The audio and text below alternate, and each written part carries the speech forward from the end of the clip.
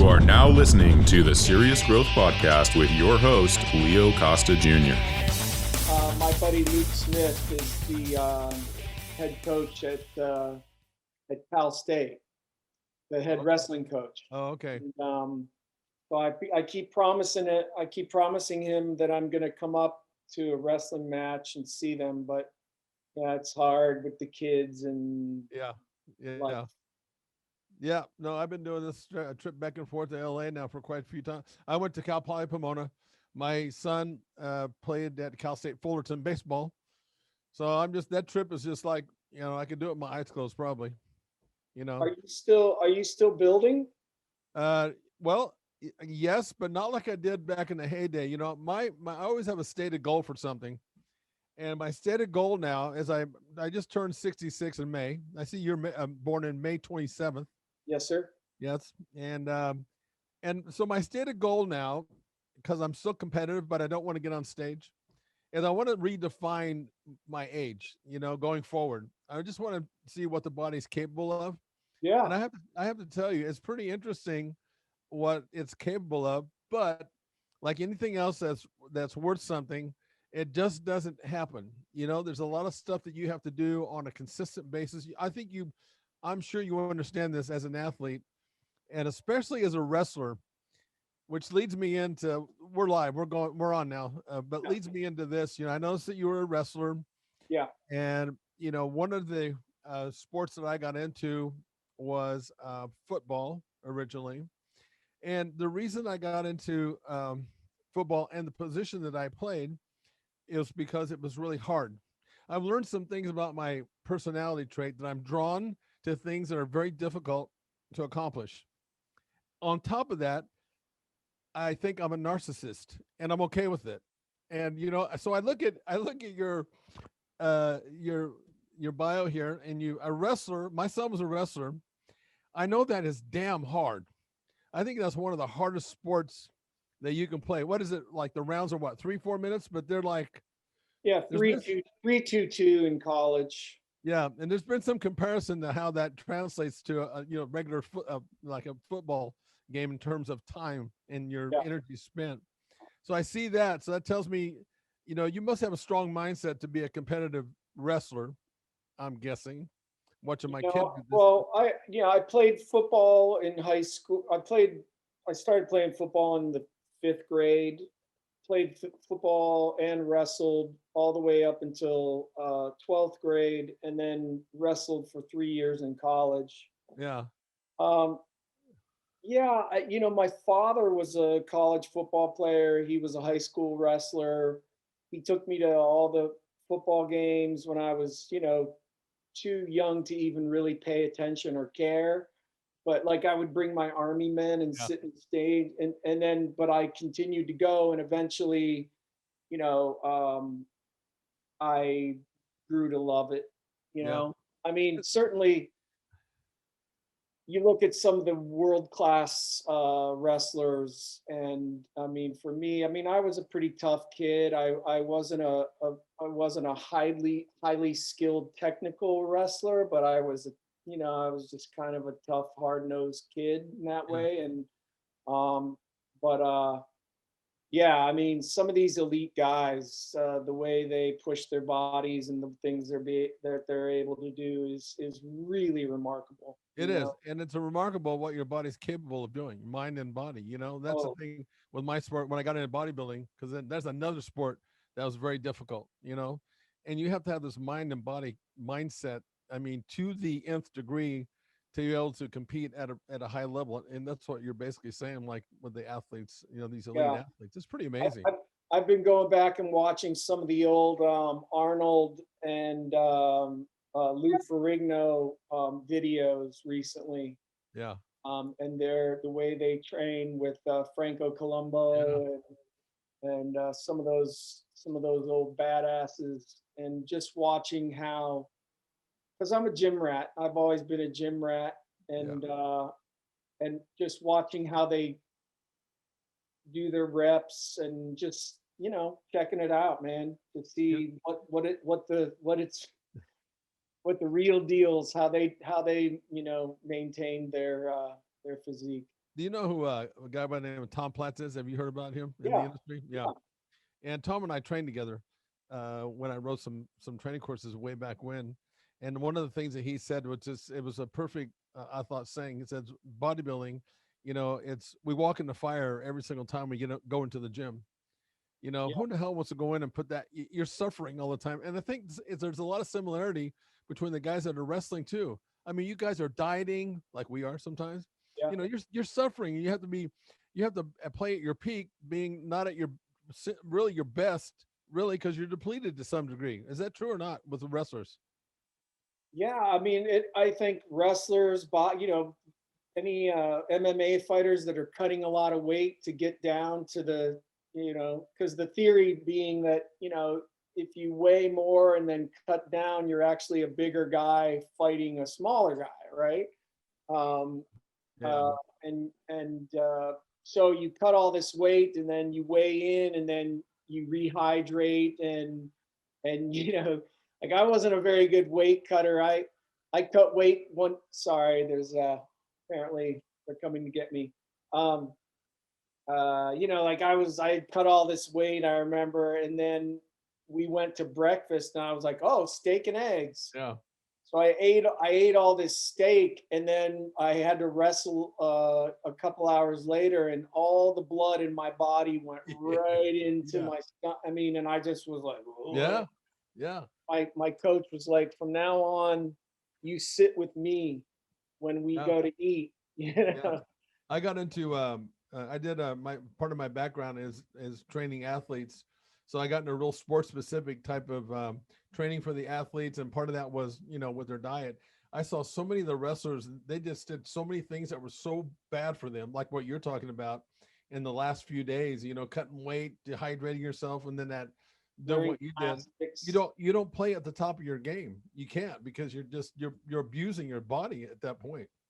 Yeah, I mean the elite guys know how to cut Yeah. weight. Yeah. But when you're in high school and you're like, oh, I gotta lose 30 pounds in a Yeah. week, there's guys taking laxatives Yeah. and all that, which is Yeah, I saw. Well, and the same thing happened in bodybuilding in the early days because you're experimenting to some degree. right. And God, I came into one show one time. I just remember I was still early on. I dehydrated myself. I was wearing a wrestler suit for the last few days, and the day and a half before the event, because I was following another guy's. This is when I was really young into. I was following somebody else's what they did. The last day and a half, I was just sucking on the ice cube, and I was doing cardio with this damn suit on. When I got up on stage, Eddie, I went to hit like a double bicep or something. I couldn't make it. I couldn't contract. I shook. All my electrolytes are gone. Right, I right. thought I was going to die. Yeah. I had no control over myself, and I knew what I needed. And when I went out and ate, oh God, I felt. I mean, in that case, I really did feel better because I felt so bad for that show. Yeah, I mean, a lot of times by that time you're cutting into actual muscle Oh, mass, yeah, because brutal. you've shed all your, you've shed all your water weight and you've shed all your fat. So Yeah, it's crazy. Okay, so you're a former wrestler now. Uh, basically, it seems like you just, and I know there's more to than the story. You transitioned from being a wrestler and you moved into acting roles. Now, I know there must be a process to how that works. So why don't you tell us a little bit kind of yeah, how you transitioned into acting roles? yeah. I like I said, I was a wrestler in college. Never even really considered acting. I didn't know how to, like, I was like, oh, what do I mean, I'd never even thought about it. I was kind of the class goof off, and I liked making people laugh, and I loved film, and I loved certain television shows, but the thought of being actually doing it myself, I didn't know anything about that. I was never pushed in that direction. After 3 years of college wrestling, it took me 6 years to graduate from college. Okay. So I was there for 3 extra years, or well, two, I guess.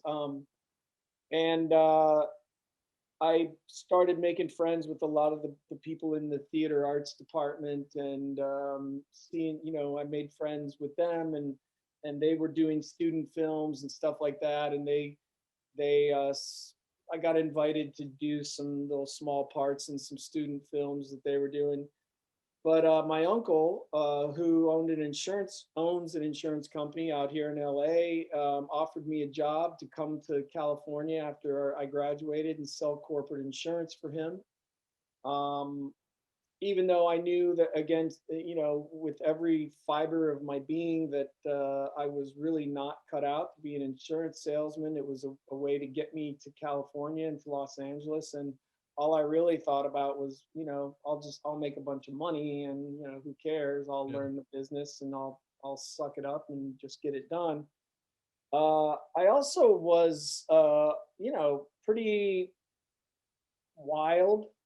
Um, in the wrestling community, there are the guys that are insanely intense and uh, uh, then there are the ones that are just wild, and I was in the wild side. I was drinking a lot and using a lot, and when I got to California, I was still doing that. So my uncle fired me after 7 months.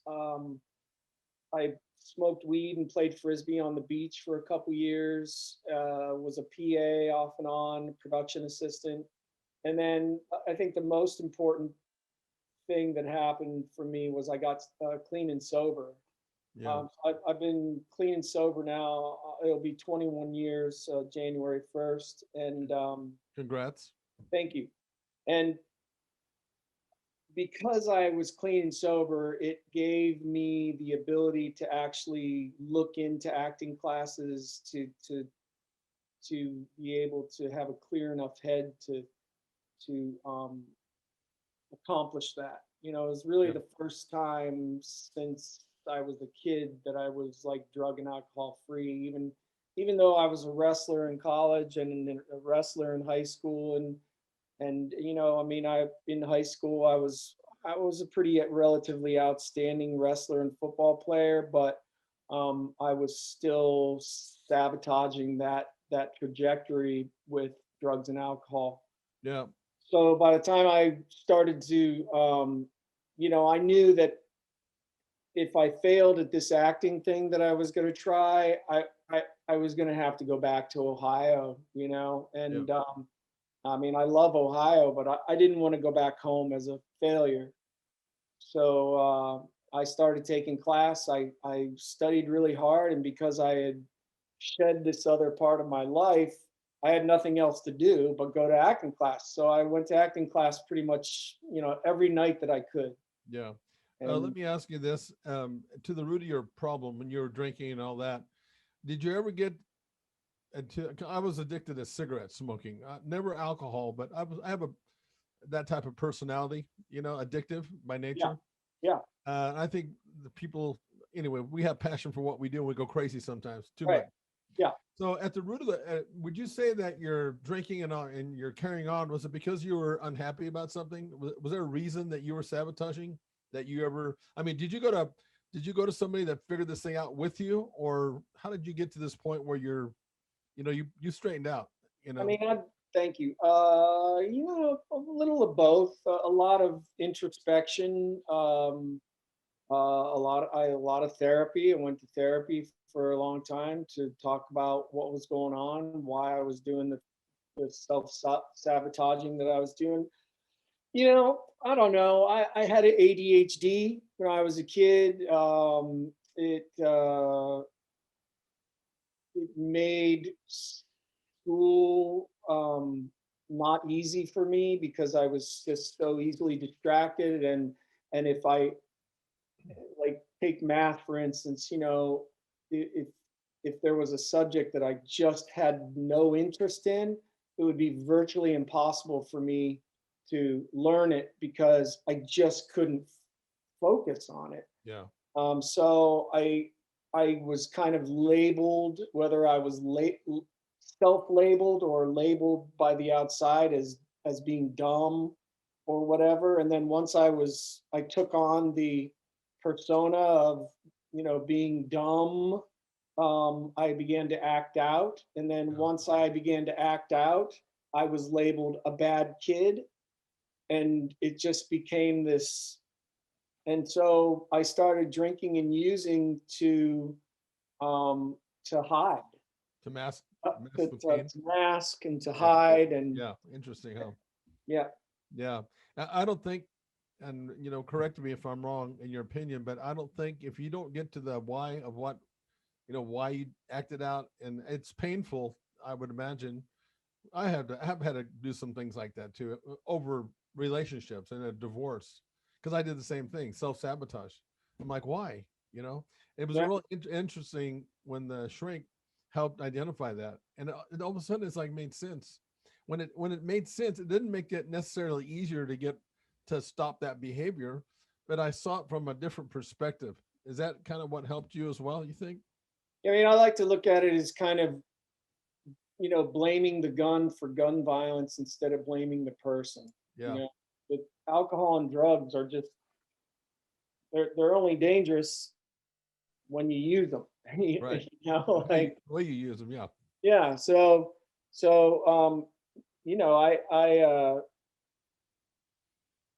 the drugs and alcohol were a result of my bad thinking. Yeah. So I had to, once I took away the alcohol and the drugs, I had to deal with why I turned to alcohol and drugs to deal with my life. And fix that first. Yeah. You can only fake it for so long before you relapse. I think that's what happens with a lot of people. Yeah. And I remember when I was smoking, it was like I couldn't believe how addicted I was. It was insane. Right. And then when I finally kicked the habit, and I actually used a technique that the Bulgarian weightlifting team, because I studied with them, and their whole thing was it takes 21 days for the body to adapt to a training regimen. Okay. So what I did is I used that because I said, I'm stronger than this damn cigarette. I can't tell you how many cigarettes I threw out. And then, 10 minutes later, Oh, yeah. going to the store to go buy more. It was insane. See, I dipped Copenhagen. I don't know if I dipped Copenhagen. Yeah. Same thing, man. I would throw away a dip and then I'd sit there like this for 20 minutes and then Seriously. I know. I did. I went from cigarettes to Copenhagen to cigars. I was looking for a way out. I just couldn't do it. I couldn't. Yeah. So I first had to admit to myself that I said, I'm addicted. But I also know in my heart of hearts, I want to kick this thing, but I just can't do it right now. I've proved that, doing the things that you and I are talking about. Right. But it's so funny that, once I did kick it, I couldn't believe as time went on, when I first was getting over this, I remember that I just constantly thought about it, the cigarette, because there were strong anchors, cigarette after sex, cigarette after dinner, cigarette after this, that, or you know what I mean? Trigger. That's a strong anchor. I didn't realize that. And that's all I could think about. That was probably the most critical time because I was being tested, Right. But as time went on, I look back now and I say to myself, I can't believe that I actually put that shit in my system. I just can't even believe I did that to myself. But at one time I couldn't live without it. It was so crazy. And I think that maybe, obviously that's where you're at. 21 years is a long time, Yeah. I mean, that's where I'm at with the Copenhagen, it's just like, I mean, look, if I'm not doing drugs and I'm not drinking and I'm not acting out sexually and I'm not acting out with my food, because I have a tendency to, if anything that takes me out of, yeah, I do know. I'm in, I'm in. I got you. And I'm like, well, if Copenhagen is the worst thing that I can do to myself right now, I'm giving myself a break. I mean, yes, I've been doing it for a long, long time, but baby steps, man. I totally agree with you. My outlet, and I'm glad bodybuilding saved my life, because it's that for me. It allowed me to get into something. I mean, the drug use, it can be dangerous, but the discipline that it takes, I still get up at 3:00 in the morning and go to the gym and train. I've always been somebody who goes in and trains early in the morning. I am addicted to bodybuilding and that lifestyle. Yeah. Well, to some people, like a spouse sometimes, if they don't understand, it's an addiction. But I'm like you. I'm saying, you know what? I could be hanging out in bars with my buddies, and I think this is a much better option. I'm Yeah. just saying, and it is. You know what? Yeah, I mean, there's a way to take that mindset and turn it into something Yes. positive. Yep. I mean, until it becomes, I mean, it really only becomes an addiction when it becomes detrimental to you and the people around you. Yes. Right? I Yes. mean, otherwise it's relatively healthy. I mean, I know you're probably being a little hyperbolic about addicted to working out because it's actually helping you to be a Right. better person, Right. right? Right. So, but I'm the same way, man. When it comes to excuse me, my working out, my lifting, when I'm not in the gym for long periods of time, I really need to step back and look at where I am mentally because there's something going on. Yep. So I know when I'm in the gym and I'm working out and I'm seeing gains and I'm moving forward, I feel better. Yeah. I feel Definitely. better physically. I feel better emotionally. Yeah. So Yeah. I get that. I mean, when the gyms all closed down here last July, I mean, Brutal. Brutal. that was tough. For somebody like you and me, that's brutal. Yeah. All right, let's take a quick break so I can tell you about our product. Do you want a bone-crushing grip? Good, because you're gonna get one with the amazing new TRS Gripper. It's a progressive grip builder with longer handles and a special ergonomic design that's like a dozen hand grippers in one. Start off easy and work your way up to quickly build your grip strength from wet noodle to pulverizing. The package includes a video from the world-famous strength coach, Dr. Russ Horine, the man who worked with Leo Costa to help bring you big beyond belief in the Bulgarian Power Burst. Dr. Horine shows you a simple and easy to follow workout plan that takes just minutes a day right from in front of your TV set if you want. So click on the link below and let's get started building you a stronger, firmer, bone-crushing grip. And something, what you said about being hyperbolic, now at this stage, when I was in bodybuilding at the height of it, it's an insane sport, like a lot of sports are, because it's built on extreme behavior. And when you have an addictive personality, boy, that's a hard thing to balance, because you actually, in that sport, you have to be out of balance quite a bit to make the body, grow muscle and to do the things that you're doing to it. But after I got out of the sport, I'm still in it, but I'm in it in a way different way. I promised myself, because I had some issues that happened to me, and I promised myself that what I would do from that point forward is to pay my body back for all the hell that I put it through.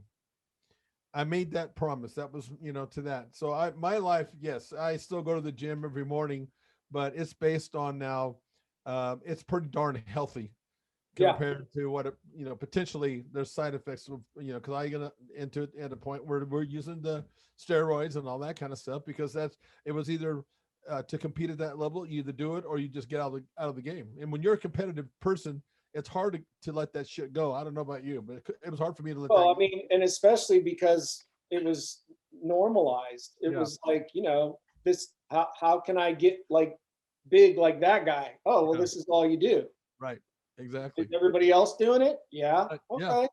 Yeah. And if you want to compete, I mean, anyway. Okay, so let's get back to your you got into this acting thing, but when was your first role, and tell me how you went about preparing for that, and what was going through your mind. My first kind of the first time I really started making money as an actor, I got cast in a Coors Light commercial. It was Tap the Rockies, Coors Light. And we were giants playing football in the Rocky Mountains, like jumping over the mountains and landing in the snow. And it was really a great little 30-second, it was a 30-second Coors Light commercial that ran every Sunday that year. everywhere, all over the nation. And like, bam, bam, bam, checks started coming in, coming in. Now, I wasn't living in a mansion. I lived in a crappy little apartment, but my rent was paid. And I still drove around my old Caprice Classic. It had a missing back window, but I had gas in the tank. I mean, it was a living. I was making a living for the first time in my life on my own, no help from my father, and it was pretty cool, man. And so I did. They actually then cast me for the Rocky Mountain Bowling, which was basically the same premise.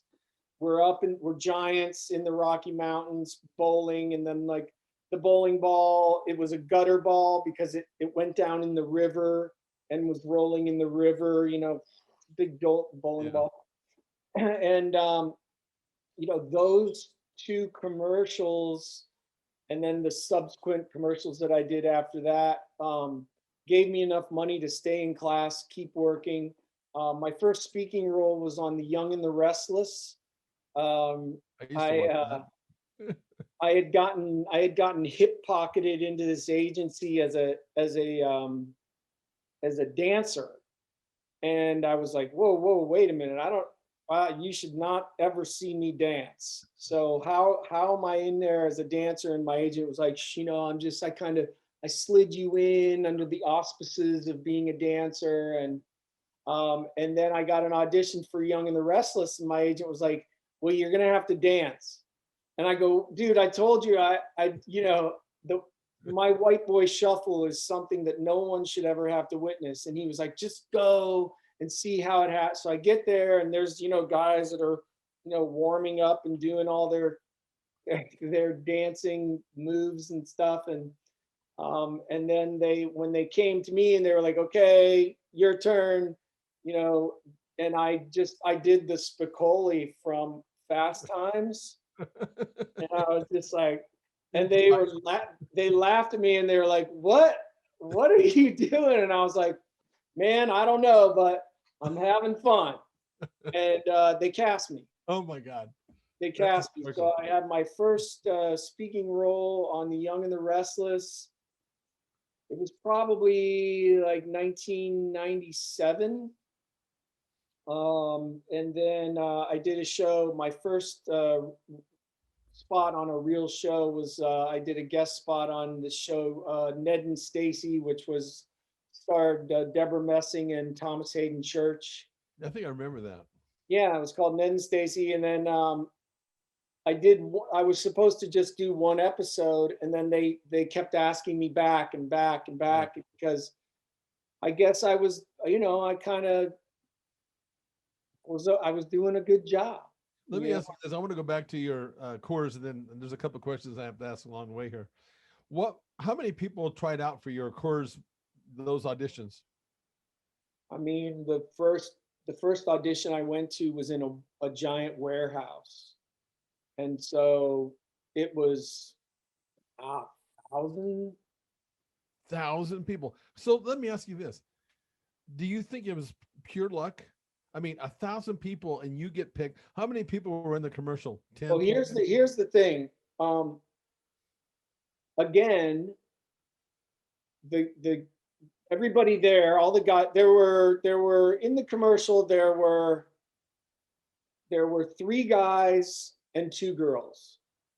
And when I got to the audition, the first audition at the warehouse, there were guys there that were taking it very seriously. Once again, like the dancing thing, the guys were over there, like flexing out and, practicing their drop back, their 3-step drop or their 2-step drop or whatever, and their release, and Yeah. And I just was like, I acted like I was at a picnic, and like as though I was kind of there at a picnic, maybe trying to charm some girl that I had a crush on. Yeah. And I was making them laugh, like I was, throwing the ball behind my back and just doing, having fun. Yeah. So And it sounds like you weren't overthinking anything. You were just having fun. yeah, and it's kind of been the through line of my career, like those two examples for me. I was like, oh, just don't take yourself too seriously. Yeah. Have fun, be yourself. And they're either gonna, if they want that serious guy, there they are. Yeah. But they're also gonna need a guy like me, a guy who's just like, and ironically, like inside, because this is all just a facade, inside I'm like, hanging on by my nails to sanity, Yeah. but they don't know that, That's pretty amazing, I think, to be honest with you. I yeah. mean, unbelievable. Because, the reason why I asked that question is because I keep going back. I like to correlate things to sport a lot, Like in my sport, in bodybuilding, one of the things that we always tried to do was master so we could reproduce any kind of result that we wanted. I mean, that was the stated goal.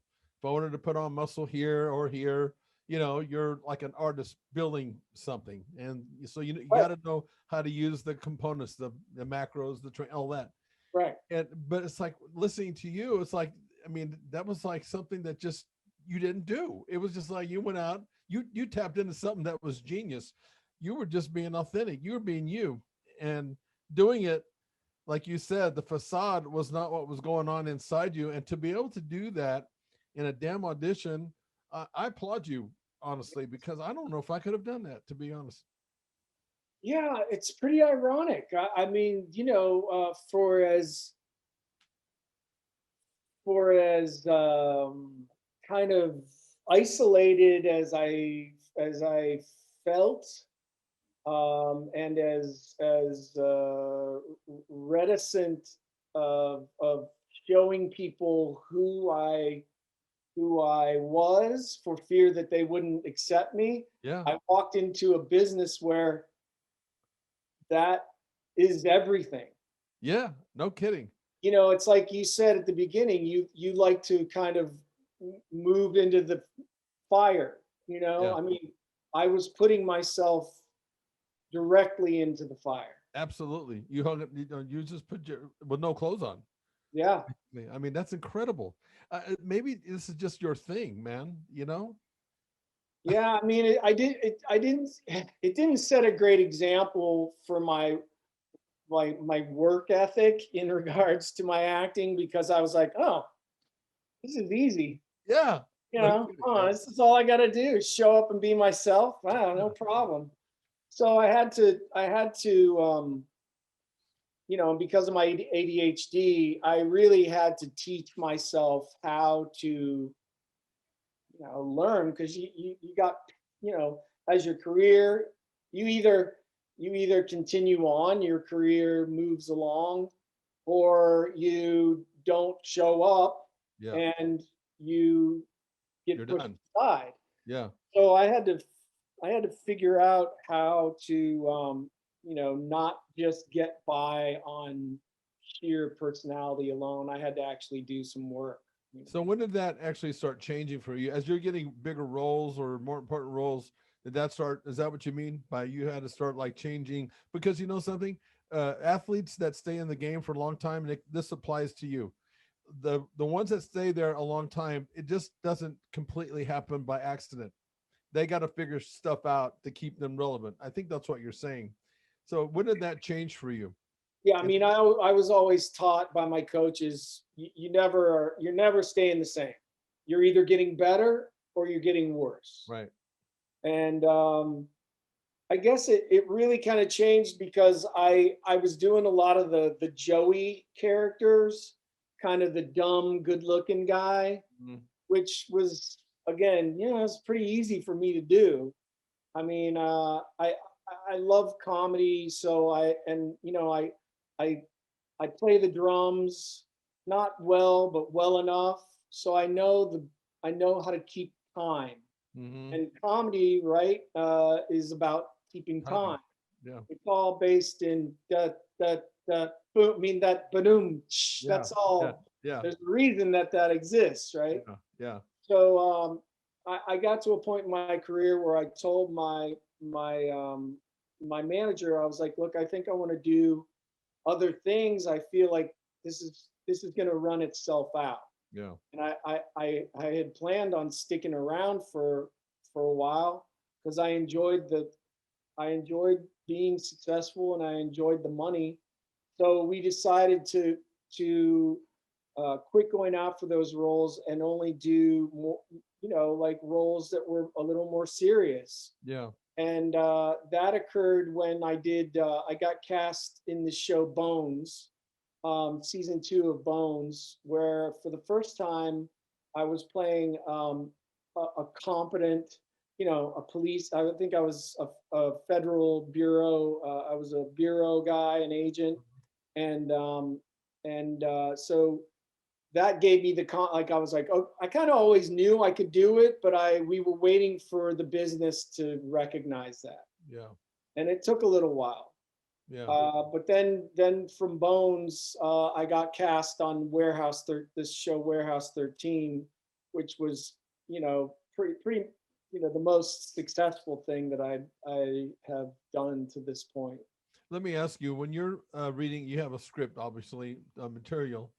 Does your how do you say that? ADHD. Yeah. Does that interfere with all this material, and how do you deal with that? Big time.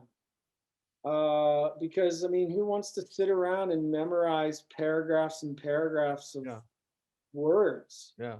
It's like if I see something shiny out of the peripheral, I'm like, oh, I'm trying to concentrate, and then it's like a dog whistle, for me, because I'm like, oh, what, huh, what? Yeah. I mean, it's just a matter of like what I'll do is if I have a paragraph, I'll say the first sentence, and then I'll say the first sentence again, and then I'll look away and I'll say the first sentence, and once I have that sentence, I'll add on the second sentence. And then I'll say the first sentence and the second sentence together, and then I add on, I add, build until I have the entire paragraph. Yeah. And then the more you do that, the more, it's like a muscle, right? The more you do it, by the time, when I was on the 5th season of Warehouse 13, I could look at it a few times and go, I got it. Yeah. Well, in sport, this is what you're saying. Repetition is the mother of skill. Right. And that's what you're talking about. But are you able to, I don't know if you're really memorizing something, because it sounds like maybe a little bit, but not really. Is it something that you can take and make your own, or do you have to stick like right to the script? By make your own, do you mean Improvise. Words? Yeah, improvise. Like, okay, this is what they're saying word for word, but you're taking it and make it like, authentic to you. To me, making it my own is learning the lines and putting who I am into those lines. Okay. Not because writers are they get paid a lot of money to write those words, so they expect you to say them as they're written. Yeah. Now, I mean that not everybody's like that, but my boss on Warehouse 13, if we, accidentally improv something or whatever, he would scream from the monitor, "As written, fucko." It was kind of an onset joke. I was like, I know, as written, fucko, got it. But no, I never really, I'll maybe put a button on the end or a handle at the front. Because if you put a handle at the front or a button at the end, they can always cut it out. Interesting. And, yeah. So if I think I can add something funny at the end, I'll put it on there and no one really cares because they can always cut it. They can always excise it if they need to. I think that's pretty perceptive of you to do that, because they let you do what you want to do a little bit, and they still they still have their words that they're getting highly paid for, Yeah, right? exactly. Yeah. Everybody, it's a win-win. You figured it out, man. That's what the deal is. That's hysterical. Did you ever get to a point where that you got like stage fright, or that you somehow you just couldn't read those lines and you fucked up and you flubbed up? And how did that make you feel? How do you overcome that? Because I would think that it buries some people, and some people probably rise to the, to that to make themselves better. Tell me how you dealt with that. Oh yeah. Well, the audition process is where I get tripped up. Yeah. In the work, when I get the job, I'm okay. But it's the process of getting the job. It kind of comes from when I was a kid. Being sent to the nun's office. I'm a recovering Catholic, right? So, so, I always I don't like to feel that I'm being judged, or, and I become very small when I feel that I'm being judged. And, when I went from being a PA making, $400 a week to being an actor, that my first test, you have to sign your contracts before you go in. And I was going to be making 25 grand a week. That's a mind blower. Yeah. Right. That adds pressure right there. And then, so you sign the contract before you go in, and then you walk into a room with 30 network executives, the head of NBC, the head of CBS, and you have to, convince them through the scenes that you do that you're the guy they need to choose. And that, I think, you would ask most actors, they'll say that's the most harrowing part of the whole experience. Yeah. That there are those people who they are so confident that they're able to walk in, that before they walk in, they're like, these people are going to be, I can't wait to blow them away. And when they see what I have prepared for them, Yeah. but that's not me. Yeah. I'm the guy that's like, what if they don't like what I have prepared for them? That's my type of personality. I think there are those two. And I think you almost have to be I'm a narcissist, certainly, but you have to be a sociopath too, be like, I don't care. If they don't hire me, that's their stupidity. And I kind of admire people that can actually do that, because big time. It would save me a lot of, the grief. Yeah, no kidding. I did this. I've talked about this before in other shows with actors. I had the chance of doing an audition for Bodyguard, Costner, one of Kevin Costner's films. Yeah.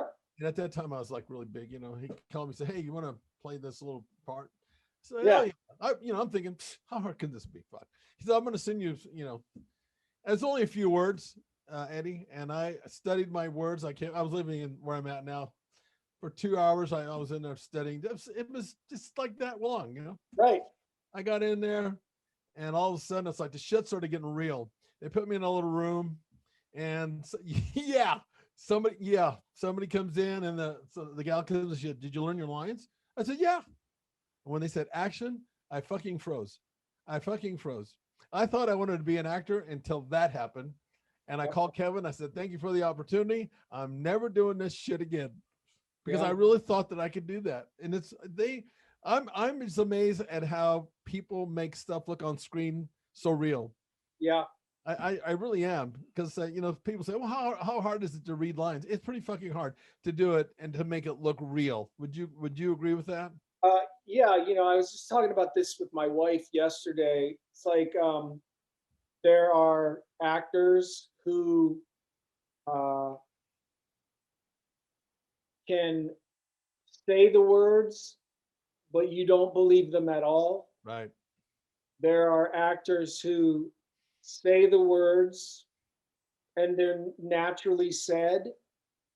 And then there are actors who say the words and bring so much of their pain, happiness, whatever it is to Yeah. those same set of words that you can't look away. Right. Lights them There's up. just there's just something different going on. Yep. You True know, that. you don't even care a lot. Like for me, like there's a lot of actors I don't really care even what they're saying. I just like, what they're like. I'm like, wow, what is going on in here? Yeah, And exactly. that to me is the magic of it. I think it's just total mastery that they're able to do that. Athletes that are in that make at the highest level that make their sport look easy, and yet they're taking something very difficult, like what you're talking about, and they're making it look easy. Oh my God. Yeah, I mean that's interesting because you know I'm from Cleveland, Ohio, so I'm a big Browns fan, and I kind of caught myself just this past year. We had this defensive back, and me and all my buddies were like, "That guy is a scrub, man, scrub," And then I was thinking about it when I was at the gym, you know, trying to lift, and I was looking at the different guys lifting the different weights and like having a judgment about how much that person is lifting, and then going, yeah, but there's probably a guy over there watching how much I'm lifting, and he's making a judgment on me. And then I was like, why am I making these judgments? And then I thought about this thing with this that I'm talking this guy, calling him a scrub, and I'm like, this guy is playing at the highest level Right. of sport. I mean, I couldn't even play Division II football, and I was tough, man.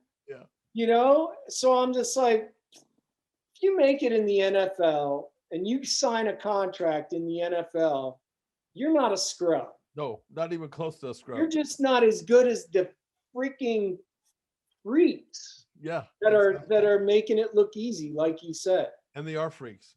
They are. And how they do it, man, I don't know. And It's the same it's a- thing with these wrestlers. I look at these world-class wrestlers and I go, where do they come from? Like, what is the difference? Like, what We is are the not. difference between a relatively a good athlete like me and that guy? Yeah. Well, I say that we are not all equal. No. That's just the way it is. And All that's men are not created equal. no, that's bullshit right there. And that's Yeah. case in point. Politics. Yeah. So you're I know that you're currently working on the Mighty Ducks and Game Changer TV series. What's all that about? I'm not really familiar. Charlie here is the one that's got me introduced to some of these roles that I mean some of these movies and programs I've never seen. So tell me about that. What got you into the Mighty Ducks? Well, have you heard of the movies The Mighty Ducks that Yes. that Yes. Emilio Esteves did? Yes. Well, they decided to do a TV series about the Mighty Ducks, and interestingly, I got a call. It was during COVID. I hadn't been working, and I told you what a mess auditions are. And they called, and my manager was like, "You got an offer. They want you to come up to Canada, to Vancouver, and work with Emilio on Mighty Ducks." And so that was great. I went up there, quarantined for 2 weeks in a hotel room, which was interesting. And then got to work with Emilio Esteves, who was part of the Brat Pack back in the 80s. And I was sitting in my college dorm, probably, covered in my own vomit somewhere, watching Emilio Esteves and going, wow, man, what must it be like to be him? And now here I am, 30 years later, Crazy. working with him. Crazy, huh? Crazy. Is it like several episodes? Is it like the first season? Where are we at with that? They did 10 episodes the first season. My character, I played the lead kid's father, and the lead gal, Lauren Graham, I play her ex. And then I befriend Emilio Esteves' character. And while we were there, Emilio was talking to the exec producer. He was like, Eddie should come back. This would be a great character for me to have a friend, like a confidant, because we got along really well. We did some cool riffing, we just got along, Yeah. like you can tell that we work well together. And Stephen Brill, who's the exec producer, said, Eddie, you're part of the Mighty Ducks family now, and if the show has any legs, we plan on having you back. So, yeah, my fingers are crossed. Hopefully, it happens, and Nice. we'll see. What Yeah. an opportunity. Hey, listen, I have Charlie here who's on set. He has a question, I think, for you. Go ahead, Charlie. Yeah, I have like two. The Mighty Ducks, I just got done watching it. It was really good. And your character was hard though, man. I was like, you would do things that I was like, oh, I hate this guy. And then you would do something that like you guys start becoming friends, and then you were trying to ditch the son. I don't want to give spoilers, but you know what I mean? It kept on going back and forth. And I was like, man, I hate you, but I don't want to hate you, you know?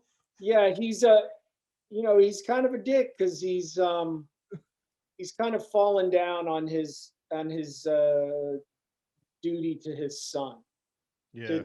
to chase his dream of becoming a musician. But you see that there's another side of him also, right? So there's a potential for him to be a fully redeemed character. Yeah. And I think, if I was the writer of the show, I would turn him into a series regular who has, come to Jesus and, turned his life around and given up his dream of being a rock star so that he can stay with his son and teach him how to grow up to be a good man. Yeah. you And know? then my other I hope they get a season 2, and I hope you come back and everything. Thank My other question is, I see you have comics behind you. Are you a comic book fan? Because I know you were in Agents of S.H.I.E.L.D. and Supergirl. Yes, I was. I still have all my Marvel comics, all my Mad magazines, all my Cracked magazines, all my Crazy from when I was a kid. And Let's take a quick pause to tell you about something you are definitely going to want. Do you want a bone-crushing grip? Good, because you're gonna get one with the amazing new Trs Gripper. It's a progressive grip builder with longer handles and a special ergonomic design that's like a dozen hand grippers in one. Start off easy and work your way up to quickly build your grip strength from wet noodle to pulverizing. The package includes a video from the world-famous strength coach, Dr. Russ Horine, the man who worked with Leo Costa to help bring you big beyond belief in the Bulgarian power burst. Dr. Horine shows you a simple and easy to follow workout plan that takes just minutes a day right from in front of your TV set if you want. So click on the link below and let's get started building you a stronger, firmer, bone-crushing grip.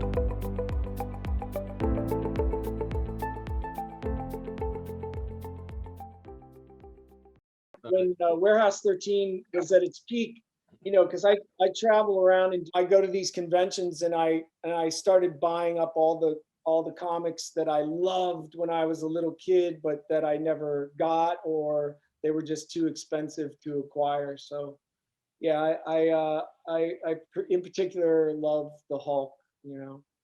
I identify with the Hulk a little bit. Well, thank you, man. That was yeah, I saw you on those shows, and then I recognized you on the Mighty Ducks. It's really an honor to meet you. Oh, thank you, Charlie. Hey, thank you, man. I appreciate that. Hey, listen, so where does Eddie go from here? I mean, your mindset, do you let roles come to you? How do you keep the ball rolling now? Man, I tell you, it's been a really weird last few years. I did this show, No Good Nick, with Shawn Astin and Melissa Joan Hart. It was on Netflix, and then it got canceled. And since then, it's been, I did the Mighty Ducks, I did 911, but other than that, man, it's been pretty rough. So the last couple of years, I've been thinking about, what else I can do. Yeah. I just turned 54. I've only ever done acting 25 years. I'm like, who's going to hire me? Yeah. And to do what? Like, what would I do? Yeah. So I applied to LAPD. I went downtown and was, in a room with 130 other officer candidates that were half my age, if not more. And I took the physical fitness qualifier. I took the personality quotient exam. Scored really high on both. And then did the background check, and they basically said, have you ever done drugs? And I said yes, from 1981 to 1999. Basically.